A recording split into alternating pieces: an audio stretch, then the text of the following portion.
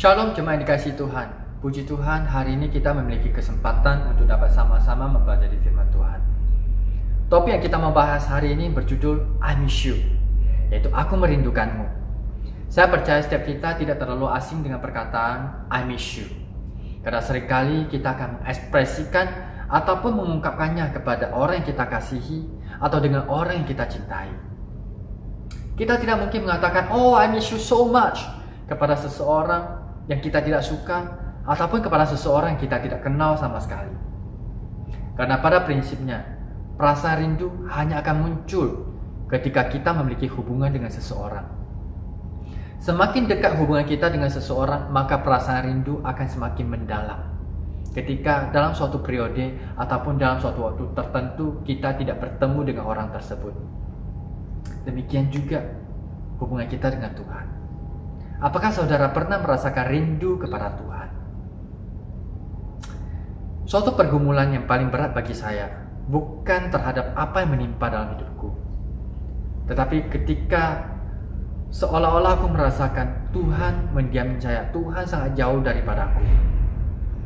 Itu seperti saya sudah mengirim WhatsApp ke Tuhan, dan dari handphone saya sendiri saya dapat melihat bahwa Tuhan sudah membaca pesan saya, karena ada 2 tik biru di situ. Tetapi tidak ada respon ataupun tidak ada reply dari Tuhan. Itu bisa membuat aku sangat frustasi. Bagaimana dengan saudara? Apakah saudara merasa it's okay, fine-fine aja, gak ada masalah? Atau saudara, I don't care, aku tidak peduli, yang penting aku udah kirim dan Tuhan sudah baca, ya sudah.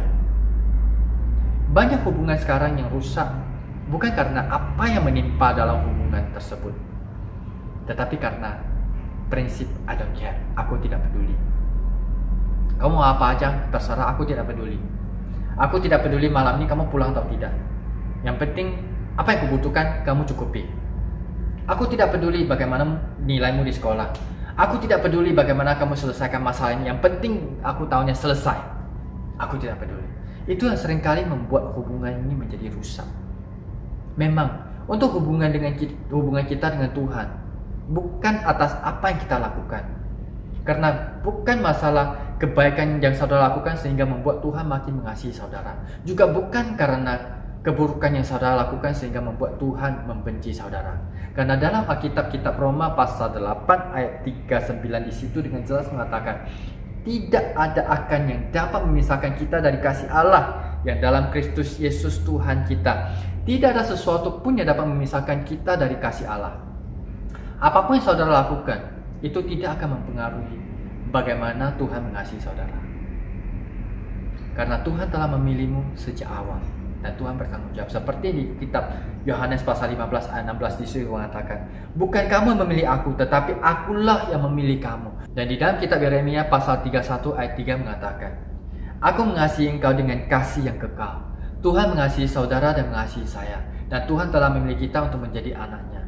Oleh sebab itu, 2000 tahun yang lalu Tuhan telah rela mati di atas kayu salib bagi saudara dan saya untuk menebus dosa kita sehingga kita dapat menjadi manusia yang baru.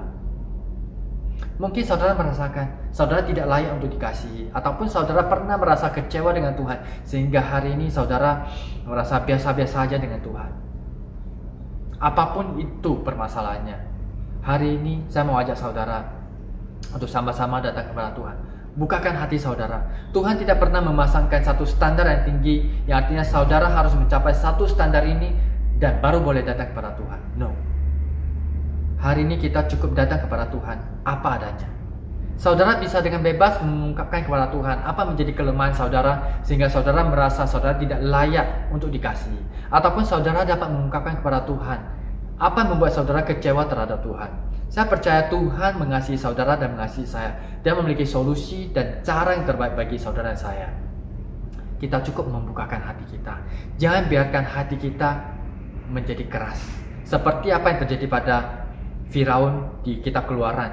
Tuhan mengeraskan hati Firaun. Bukan Tuhan mengeraskan hati Firaun, tetapi Tuhan membiarkan Firaun mengeraskan hatinya. Terkadang apa yang membuat kita kecewa ataupun apa yang menjadi luka kita dan kita biarin terus, itu akan membuat kita itu menjadi keras, menjadi tidak peduli. Hari ini Tuhan mau mengubah hati kita, memberikan kita hati yang baru. Mari kita sama-sama datang kepada Tuhan, ungkapkan apa adanya. Kita pulihkan hubungan kita dengan Tuhan. Tuhan tetap mengasihi kita, Tuhan tetap mencintai kita. Sekarang tinggal respon kita terhadap Dia. Mari kita sama-sama datang kepada Tuhan. Bapa, terima kasih buat hari ini Tuhan. Dan kami percaya Engkau adalah Tuhan yang mengasihi kami. Dan Engkau terus merindukan untuk memiliki hubungan yang lebih dekat dengan kami. Tuhan, aku bersama saudara-saudariku datang kepadamu. Dan kami percaya Tuhan, Engkau memiliki solusi dan jawaban bagi setiap permasalahan kami. Apapun yang pernah kami alami, apapun yang pernah kami hadapi, yang membuat kami kecewa, membuat kami merasa tidak layak, hari ini juga Tuhan, Engkau mau pulihkan, karena kasih-Mu yang begitu besar bagi kami. Tuhan, tolong setiap kami Tuhan, untuk datang kepadamu, untuk membangun hubungan yang intim dengan Engkau, sehingga selalu kami dapat merindukan-Mu Tuhan. Berikan kami roh hikmat dan roh pewahyuan, sehingga kami dapat mengenal Engkau lebih lagi dan juga mengerti akan firman-Mu. Terima kasih Bapa, kuserahkan setiap kami ke dalam tangan-Mu, hanya di dalam nama Tuhan Yesus. Mari kita sama-sama katakan, Amin.